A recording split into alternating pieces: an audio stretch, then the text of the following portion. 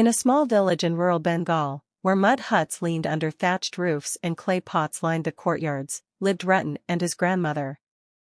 Ratan was only 25, tall and strong in body but poor in possessions. His parents had died young, and since childhood, it was his grandmother who raised him with stories, prayers, and the quiet wisdom that only age can give. Now frail and 80 years old, with wrinkled skin, soft eyes, and trembling hands, she was the one who depended on him.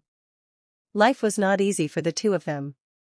Their meals were often simple, just rice, a bit of salt, sometimes vegetables from the field when the soil was kind enough.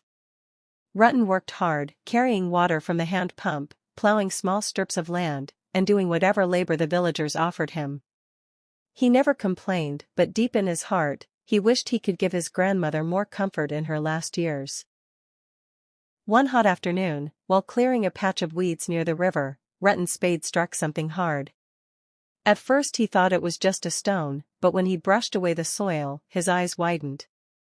There lay a brass pitcher, half buried in the earth, its lid still intact. The sun's reflection shimmered on its surface, making it glow like treasure. With trembling hands, Ratan lifted it out and hurried home. Inside the dim hut, he set the pot before his grandmother.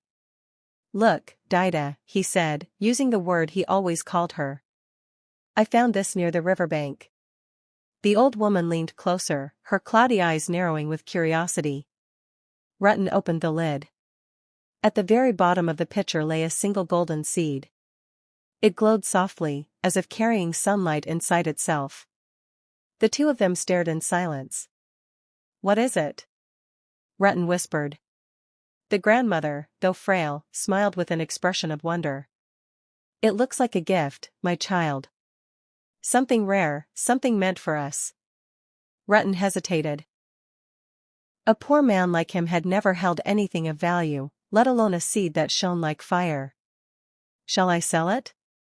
Maybe it could bring us money." But his grandmother shook her head.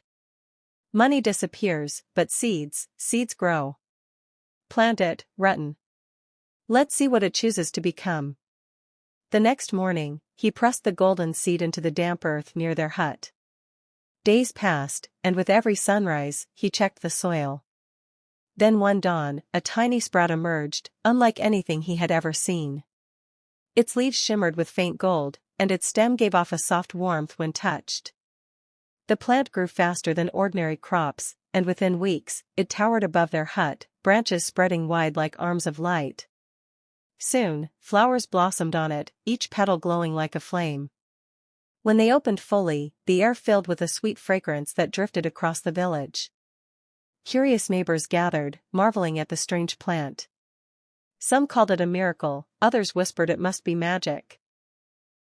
Then the fruit appeared, round, golden pods, heavy and shining. When Ratan plucked the